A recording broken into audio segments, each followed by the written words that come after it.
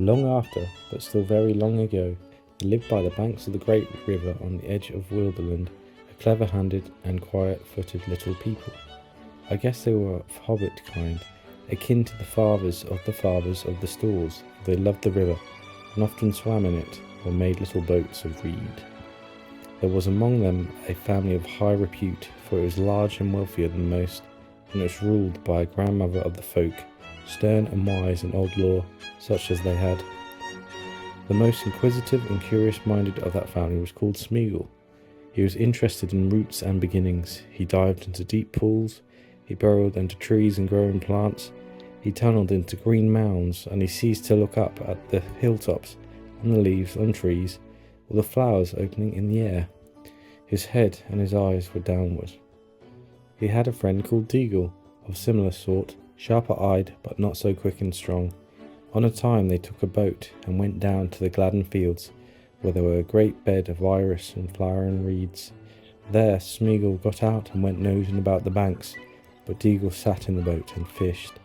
Suddenly a great fish took his hook, and before he knew where he was dragged out and down into the water to the bottom. Then he let go of his line, for he thought he saw something shining in the river bed, and holding his breath, he grabbed at it. Then up he came, spluttering, with weeds in his hair and a handful of mud, and he swam to the bank, and behold, when he washed the mud away, there in his hand lay a beautiful golden ring, and it shone and glimmered in the sun, so that his heart was glad. But Sméagol had been watching him from behind a tree, and as Déagol gloated over the ring, Sméagol came softly up behind. "Give us that, Déagol, my love," said Sméagol over his friend's shoulder. "Why?" said Déagol. "Because it's my birthday, my love, and I wants it," said Sméagol.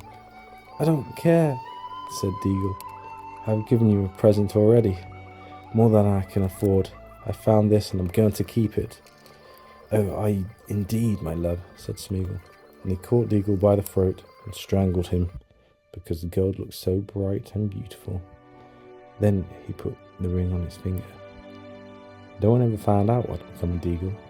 He was murdered far from home, and his body was cunningly hidden.